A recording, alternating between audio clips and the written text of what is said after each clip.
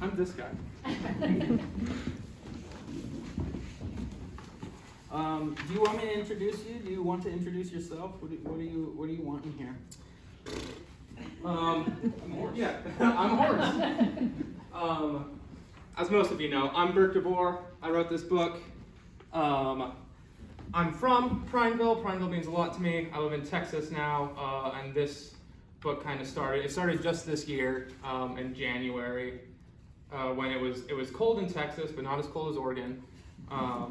And so the story's set over the course of a January about the sheep shooters' wars that went through Prineville from the end of the 19th century into this century. I've known you for a long time. You've always been a writer. Do you want to talk a little bit about like growing up in Central Oregon and that like informing your writing? Yeah. And then maybe that can lead us into you reading a little bit? Yeah, definitely. So I grew up on a farm, and as an only child on a farm, you spend a lot of time like looking at the horizon, right? But also like family was over all the time, telling stories, spinning yarns, and so that's kind of where I think my narrative voice started. And yeah, reading, especially Larry McMurtry was one early author that I really connected with because he had that connection. He was writing about Texas, of course, but you know, looking out over Central Oregon sunrise is the same thing. And yeah, and that's where I started, I guess. And I obviously went into film with this guy, and I wrote plays. I've explored a lot of different mediums, radio plays, and now I've ended up with a full novel. Yeah, I'll go ahead. I'll read one section to start us out. This is the opening section. I'll stand up for it even. I think I can handle that. Monday, January 22nd, 1906. It had been 6 years since you last killed a man. That's 6 years in thoroughbred terms, marked by the start of a new year, a universal anniversary on January the 1st, not 6 years to the day. Because it had been in the heat of summer when she and her companions were surrounded and fired upon in a pine-shadowed draw and escaped the engagement with gun smoke and blood splatter. A far different day from this cold Monday, wherein small snowflakes attempted to flurry from the gray skies, cast against the brown of leaf-deadened trees and yellow of dry grass pastures that roll along her window, bobbing with the rocking of the train. She twirled a coin through the fingers on her right hand. That used to be her shooting hand, and she supposed it still was, though her role with the Greystoke Detective Agency had proven not nearly as confrontational as the life that preceded it, for which she was grateful. Though evidently not grateful enough to turn down the assignment that brought her back to the east side of the Cascades where the Portland rain turned to snow. Not grateful enough to decline when Edgar called her into his office and asked her if she could handle some wild man cowboys in her old stomping grounds. Certainly not humble enough to contradict him when he called her the new Calamity Jane, the Lady Doc Holliday, or the woman formerly known as Lady Vengeance. Rosemary twirled the coin and wondered if the Anti-Saloon League was onto something when they railed about habits and vices. In her luggage was the sign that had been tacked to a board and nailed to a post along a line of burned lodge poles, their stripped and charred trunks a scorched fence bisecting Skull Hollow and the grasslands north of Prineville. It was her missive to go east. Warning to sheepmen, you are hereby ordered to keep your sheep on the north side of this line or you will suffer the consequences. Signed, the Sheep Shooters Syndicate. And that sets the stage. So a little bit of background for that, right? We made a movie in 2015 called Misfortune County that a good number of people in this room were involved in making or acted in. You can go watch it on YouTube, Misfortune County. But it is the introduction to this character, Lady Vengeance, right? This sort of mythic Western character, similar to kind of a man with no name, but a woman, and just sort of going about her business, her vengeance business, right? We made that in 2015. Showed it at the Pine Theater here in town. What made you want to like go back to that? 'Cause you played a major role in that movie, and your character is in this novel as well. So it is very much a sequel to that story. But what about it? Like, why did you want to go back to that story, those characters? I found the character that you came up with is so rich. Being a quintessential Western figure, a woman with no name, I just felt like there was so much there. You could go through everything that was happening in Prineville at the time, which the Sheepshooters War was actually happening, and I just thought there was a great opportunity to kind of take a lot of the history that I'd read about and seen at the Bowman Museum, checking out books here at the library. This is a novel with a bibliography that has a lot of great nonfiction books that you can check out here about the history of John Day and the history of Prineville. And yeah, I just really wanted to, I guess reconnect with that. And I mean, I'm a big James Bond fan. So having a character that kind of goes on these adventures and fights these crimes, I thought would be really fun to play with. And put it in a Western setting. Exactly. There's even like a James Bond like gadget in the book, which I won't like spoil, but it works surprisingly well. Like to put a gadget in like a Western, I was like, how's it gonna do this? But it's pretty cool. So you talk about like the history, right, of Crook County, the historical context that you want to put this in, and your novel having a bibliography is not going to be surprising in the slightest to anyone who knows you, right? But like even with Misfortune County, when we were making that, like we were meticulous about having some real world elements in there, referencing actual sheriffs and real people and real places, things we definitely would have been forgiven if we just made them up, you know. Yeah, nobody's going to say, he wasn't a sheriff in 1896. Right, exactly. And you talk about the mayor of Prineville, William Wurtzweiler. Yeah. Again, you could have made up a mayor in 1906, and there's no one who probably would have gotten mad at you for doing that. But like, what is it about the historical context? Why is that important to you, do you think? So for me, I think there's a lot of Western history that kind of gets forgotten in films and books. We see so often the image of, one guy in a hat rides into town, like shoots all the bad guys.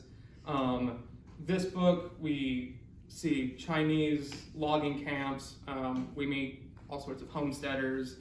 And the mayor at the time, William Wurtzweiler, was Jewish. And there was a big Jewish presence in Eastern Oregon at the time.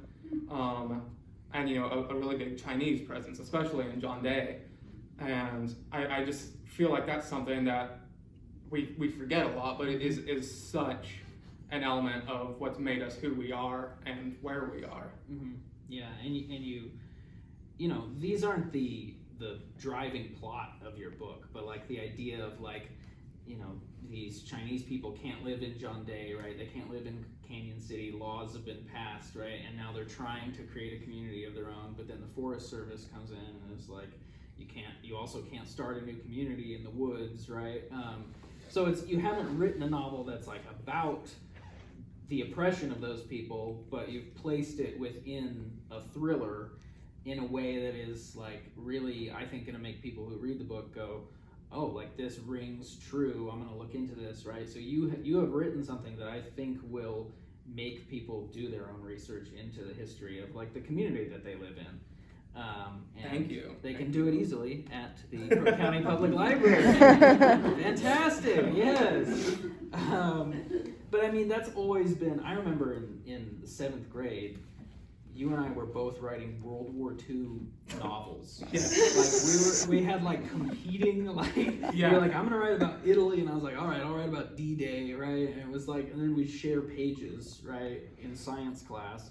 And so like, I feel like history, we've always like fed off of each other with like history being like important to our writing.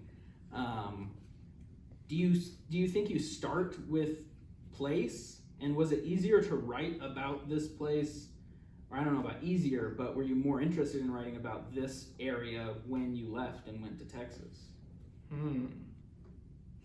That was a good question. That was a great question. Wow. Yeah, I think it really was. Because a part of writing and reading, that there's like an escapism to it. And I applaud reporters for being able to succinctly write about where they're at. But for me, at least, that's one of the appeals is exploring this new land or a familiar land that you're far away from. So yeah, it really was a way to kind of revisit Prineville and Central Oregon without spending hundreds of dollars on plane tickets all the time. Right. Yeah, especially the section, and I don't know if you plan to read this part, but where she's on the train, it describes the path of the train, right? And if, just to see in print, right, in a novel, like the places that right? No one's writing about Eastern Oregon a whole lot, so that's interesting, and also no one's writing about them with the reverence that like Burke is writing about them. Like places are important to him, and so that section, I don't know if do you have that part? You want? Yeah, I'll tell you what. I wasn't planning to read that, but thank you for the prompting. All right. This is as we talked about. This is kind of a sequel to a film that we made, but I wanted to make something that was accessible to people that hadn't seen it. So this kind of lays a lot of context, but also tries to paint a picture of the place. The train took her to the Dalles along the Columbia River Gorge, and a Wells Fargo and Company coach took her south from there.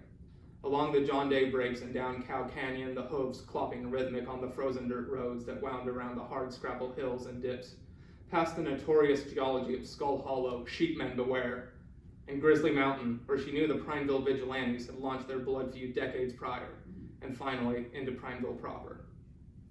She wasn't overwhelmingly familiar with Prineville. She knew it like any other town that speckles the juniper and dry pine between the Cascade Range and Hell's Canyon. The forests and deserts, lush and sparse, bountiful and bare, in which cattle lowed and sheep bleated, and gold was found and then mined down to the bare rock. She was born in Canyon City, the town beneath a graveyard. Born under a boot hill. She found the circumstances of her birth ironic, daughter of an Adventist minister come to sober up the sin of a lawless mining town, and she was a new life sprung up from the shadows of gunfighter tombstones. At one point, she knew Canyon City, properly knew.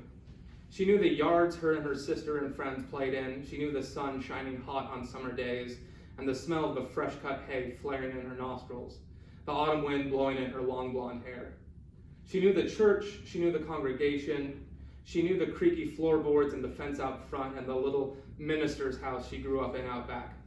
The garden where they grew tomatoes and corn and radishes, mostly for the deer and gophers to get, but sometimes their little family would get to eat the veggies too. And she knew how the church had been firebombed and burned, and a gang of sagebrush survivors smashed into the house Christmas Eve 1891, laughing and drunk and lusting for flesh and blood and taking it all. In her teenage years that followed, she got to know these places like Prineville and Pendleton, LeGrand and Lapine, the Dalles and Denial, all of them different in the same way.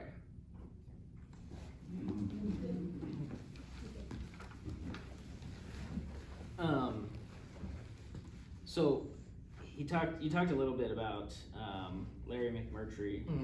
I don't know if you mentioned yet Louis L'Amour as like a sort of launching place of like, what if Louis L'Amour wrote, a Central Oregon story? Content warning, though, this is a violent book. Like, this is a thriller, right? Where we sort of, like Misfortune County does, as a movie that makes its framework being inspired by classic Western movies, and then maybe takes things a little step farther, than they did. How much were you thinking about, I'm writing a historical fiction Western thriller? Like, which genre were you going for? Because you've accomplished a lot, but what was at the forefront, I guess, as you were writing? Was the historical fiction more important, or was the plot and the thriller element more important to you? I'd say the thriller element was most important, but the history and the Western fiction was kind of the colors I used on the paintbrush. Right. So the driving force on it, one of the things I read before was putting pen to paper and keys to keyboard. Ian Fleming has an article, How to Write a Thriller, and he talks about writing, aiming between the heart and the upper thigh. So there's a lot of descriptions of the food they're eating, and I looked up recipes of the day. And there's a lot to get the heart beating. And that's really what I was thinking about, was trying to do basically James Bond. But also, you mentioned Louis L'Amour, because growing up I read Louis L'Amour and Zane Grey, and these books that have these really iconic, strong, I'm a man, I'm here to save the day figures that can really shape views of masculinity and humanity in weird ways.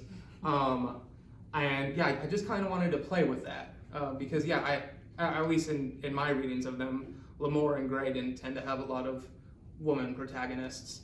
No. They also didn't write stories as driven by dialogue as the one you've written. That's true. They're writing strong silent type, right? Mm-hmm. Characters where there's a lot of description of what is happening, right? Of the action. And I think, have struck a good balance in Sheep's Clothing of a story that we've heard a lot. I mean, just in what you've read so far, how good you are at describing places, at describing the feeling of those places, traveling through them, that sort of thing. And what you haven't quite read is the ways in which this plot really moves forward because of people talking, because of dialogue, which is fun to read. It's fun to read someone who's able to strike that balance really, really well. Like I told you before this started, this wasn't homework, right? Reading this book, which you sent me in June, right when I finished my first year of teaching, and just felt pummeled to death by a new job, right? It didn't feel like work. It felt like, I'm just reading a great book, and I forgot at times that one of my best friends in the world had written this book I was reading. What else? You want to read more? Sure. Yeah. I'll add that you talked about dialogue, and you're right. I'm remembering Louis L'Amour scenes where it's he observed how these people were acting, and so he decided to go out to the canyon, and but we've worked together on a lot of film projects, on a lot of theater projects, and I think that's where a lot of the dialogue comes from. I'll go ahead, I'll read one last section that has a little bit of dialogue in it too, that we can see some of that.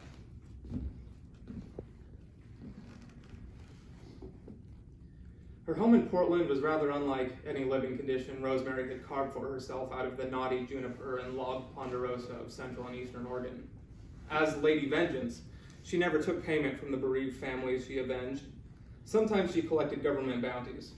She rented the cheapest board she could find in barn lofts and sheds, and when the weather was warm, took camp in the woods along rivers and creeks, including one summer camped at the mouth of the sparkling obsidian lava caves along the Deschutes.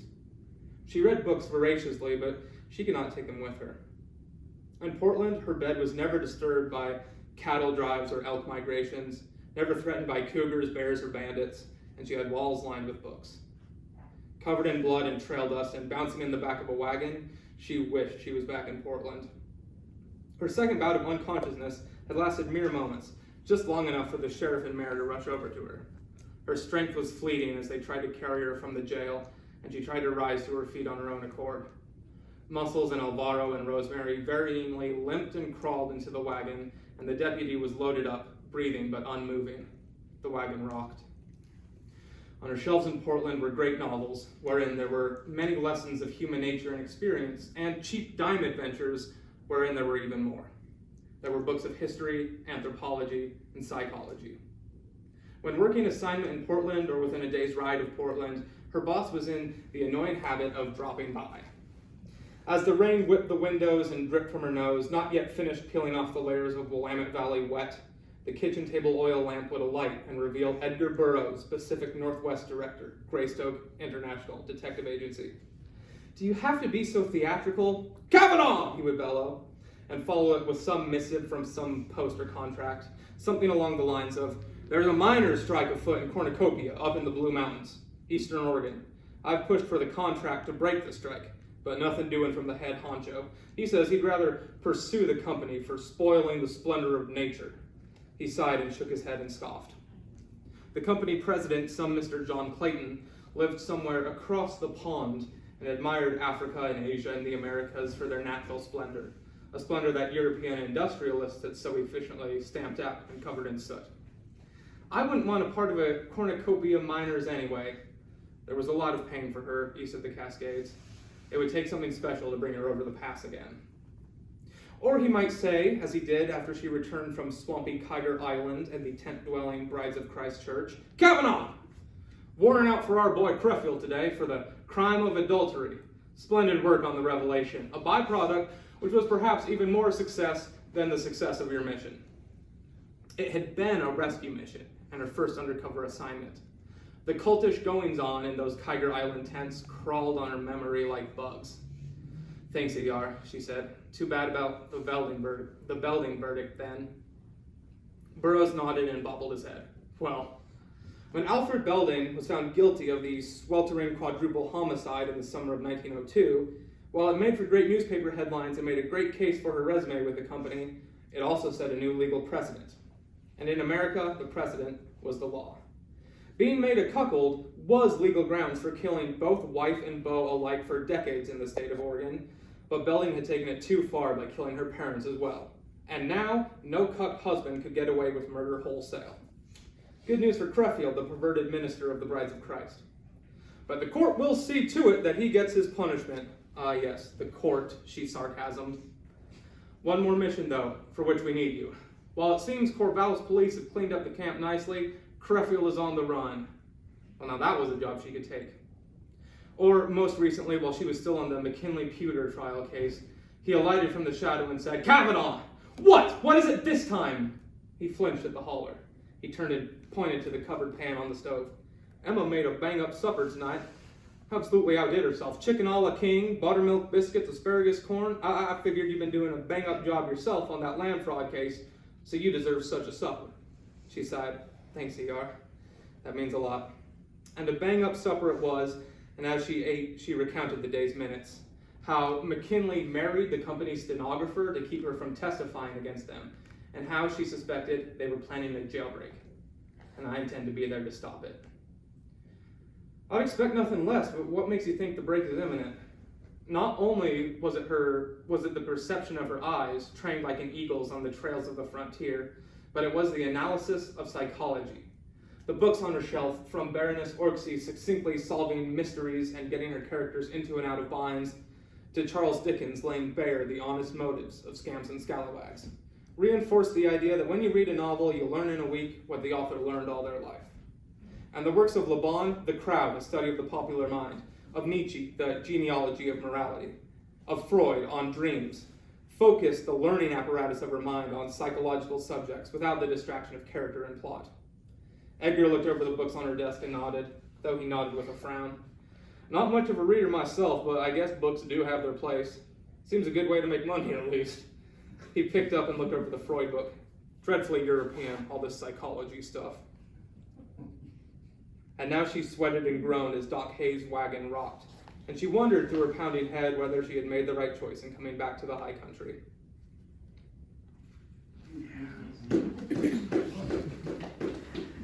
Yeah, let's clap for that.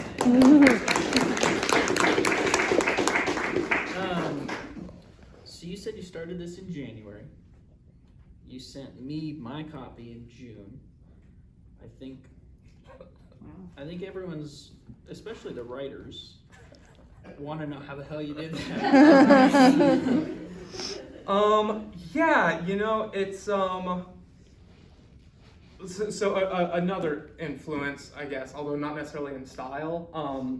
The the man who created Conan the Barbarian. I forget his name now, so forgive me, Conan. He said that he would write his stories imagining that Conan the Barbarian was behind him and would kill him if he didn't finish. And so that kind of like compulsive like need to write, I really tried to tap into and keep. I didn't necessarily imagine that, you know, Lady Vengeance was behind me with her gun, but I did like tap into that just like driven, you know, almost Jack Torrance impulse that writers have. One of the most challenging things is finding time to write, and I was working at Dallas Arboretum at the time, and zipping along on the John Deere Gators along the lake, I would have my phone out writing chapters as I'm like hauling compost and mulch. There was one bathroom on the far south end of the botanical garden that like you could get to without a lot of managers being around. So I would go in there and I would write a chapter on my phone until the radio was like Burke, copy Burke.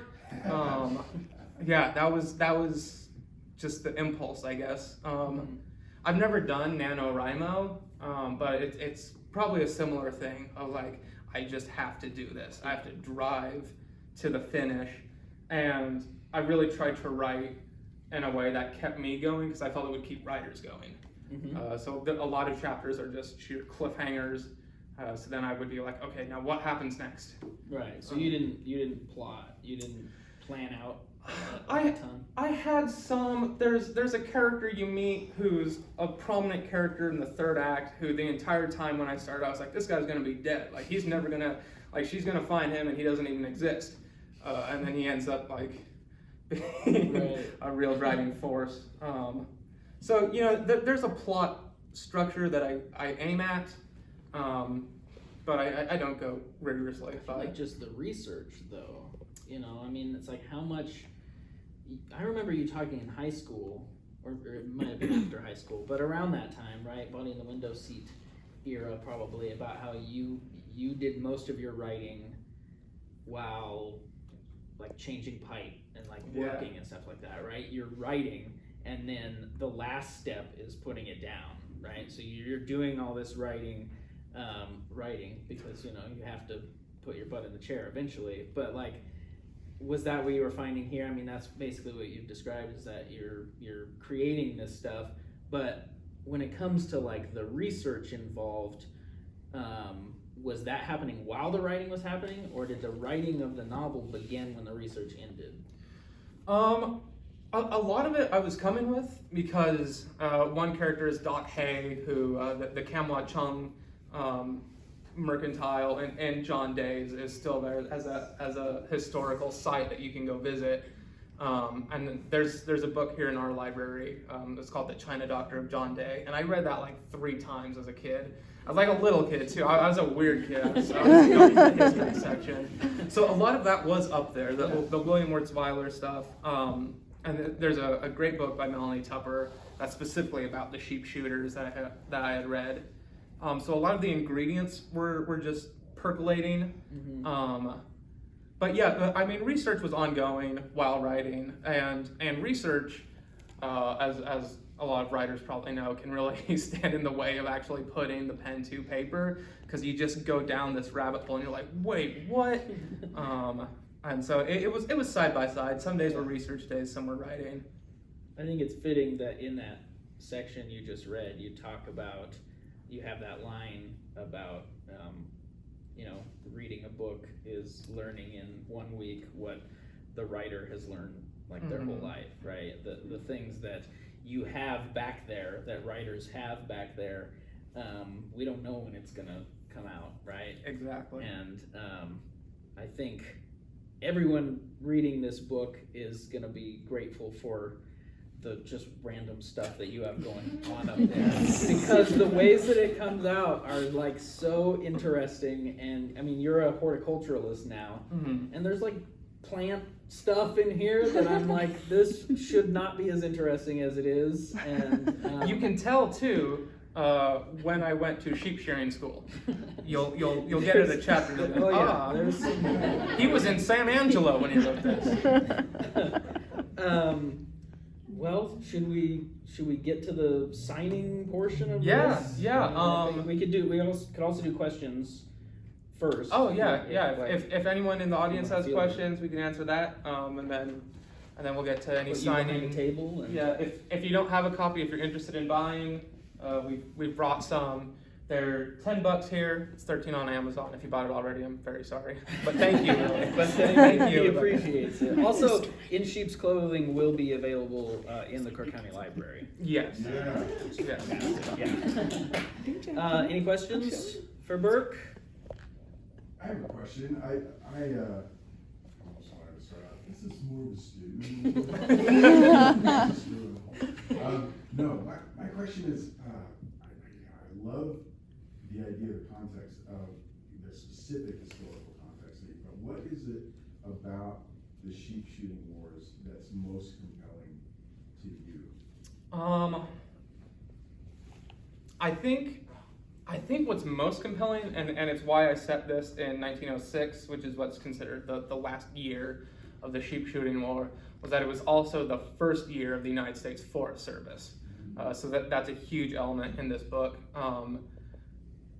Just land use, which is kind of a boring answer, like, oh, the ecology. But when the Forest Service arrived and were able to start giving out land grants in a more managed way than the land office had done before them, that whole problem that you get, because in natural resources we call it a wicked problem, when you have all of these inputs and all of these players that are involved. I tried to make a lot of different viewpoints understandable, so you should have sympathy for the loggers at the same time as having sympathy for the Forest Service. And, it's like, we're trying to make a buck. I'm like, well, we're trying to save this mountain. And the same way for the sheep shooters, not necessarily the sheep shooters themselves of the syndicate, but when you see how sheep graze versus cattle and the way that land was used then, and everyone was just trying to make a living. And it's an instance in history when land use was basically trying to be bullied into a certain law, which is a theme throughout this, is of basically law being a bully. And that's what's most compelling to me, is how we manage that. Yeah. So when writing, I tend to try to make a plot, but I never really follow it. How precise do you get to following your plot? There have been times when writing this when I question myself. I'm like, what's the actual mystery here? I'm like, I have her up on Mount Grizzly. I've got Buck is like in jail in town. What's she actually investigating right now? But I try to use that to my advantage, I guess, of this like air of mystery that's about the whole plot. I published one book before this, which is just following a year in a life, and that one is pretty plot bare. So yeah, it can definitely be difficult to suss that out, but I basically follow the principle of, that there's a point that I want to get to, and then there's all this like mud in the way that I want to drag my characters through, and I guess I call that the plot. So you're like, you've got your character fixated in your head, and you just take them on adventures while you're taking yourself through them too. That's basically it. Like I'll have the bones of what I want to write about, or a really basic blueprint in my mind, and then just draw on that. And I also write out of order. I don't know if many people do that, or if that's just a me thing, where this chapter came way before like this. And so I write a chapter, I'm like, oh, this would be a great scene. I write the scene, I'm like, yes. I'm like, how do I get there? That's kind of the process. I like that process, because then you have that scene later on, so you got to get there, right? So it's not just an idea; it's a written scene already that you have. Exactly. So Yeah. And sometimes that scene does end up changing as you try to get to it. Right. As it's like, oh, this character actually can't make it out of this predicament, which is very curious. Yes, ma'am. Well, what brought me over here tonight was Amber was talking about your book today, and because it's a historical novel about the Prineville area, and since I've been around, Bowman Museum has a program on Wednesdays with a lot of reenactors from the early history of Prineville. And I was thinking, oh my gosh, you could probably, with all the research you've done, you could probably be one of those on a Wednesday account, because that has, I'm kind of new to this area, but it's historical, it tells you all these things, and it's kind of like, oh, you kind of look around and you kind of appreciate it a little bit more. So Yeah. thank you for adding something a little bit more to that. Cool. Thank you so much. Yeah, as we've covered, I live in Texas these days, so I had no idea that that's a program That's at what the I said, museum. it's like, okay, you could have been. Yeah, I could. It was like you said you went to the museum to find some of, that was your thing when you were younger and stuff like that. So Yeah. that was pretty good. Cool. Thank you All so worked out much. good together. All right. Does that? Tristan's got a question. Okay, two things. Yeah. So you're talking about like having an idea of like one part of the book and then thinking like, how do I get there? And so it's sort of like, when you've got a project and you're in the middle of this project, but then you discover a new project that you start to get like pulled into, and then you like leave one project on, the first project unfinished. So first of all, congratulations on finishing the project. It is a feat. Yeah. But like while you were working on this, were you ever like, oh man, if I was gonna do a sequel, then I should do this? No, can't think about that. Gotta focus on the here and now. 100%. Yeah, I have, I guess, 4 sequel ideas and 3 prequel ideas. That is always just, well, I mean, as you saw, there was a lot of flashback material in one of the sections I read. So I tossed it in there, and I'm like, okay, put a pin in it. There's a glimpse. We might return to it one day. So that brings me to my second question. So you're working with some characters that started out on screen. Have you thought about getting those characters back on the screen? This guy actually has. He directed Misfortune County. And I try to be pretty cinematic in my sequences, and of course I'm picturing, Paige in her role, me in mine, and other. I pictured Tom Hardy as a character. I'm pretty sure we could get him. So I definitely thought of it that way, but as far as writing a script for a cinematic sequel, I haven't approached that yet. Yes, ma'am. Do you ever mourn for a character that you've created and have decided to kill? Or do you see it like a means to an end? Oh my gosh. Yeah, there's one sequence, I won't spoil it for anyone, that where one character does die, and I was like as I was getting there, I was like, I really don't want to kill this guy. And it's kind of like Old Yeller, it's just like, oh, I just got to put him down. But I'll do my best to give him like a gallant exit. But I thought can all of my good guys survive? It's like, no, that just doesn't build tension if everyone gets out scrape free. And I feel like when you're working with fiction, it's a lot of, I guess, kind of symbols of our psyche in there, and so certain deaths serve ends in fiction that I think really serves a lot as we interpret and digest a work. All right, y'all. Well, I think we should have a round of applause for Mr. Burke De Boer.